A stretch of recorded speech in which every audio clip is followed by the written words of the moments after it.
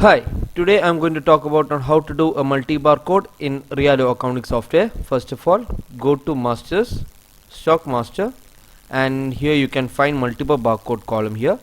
So click that item, and on which item you want to assign, you can search by code, by name, or if you have added before a multiple barcode, you can search by that as well. So after you should select an item and click here assign barcode, and here for one quantity here it's 1 real 100. If you want to change the quantity, for example for 5 pieces you want to make it 5 real, and if you want to give a barcode for that you can give a code like this, and you just need to click enter and click this add and give yes, and the multiple barcode has been added. Thank you.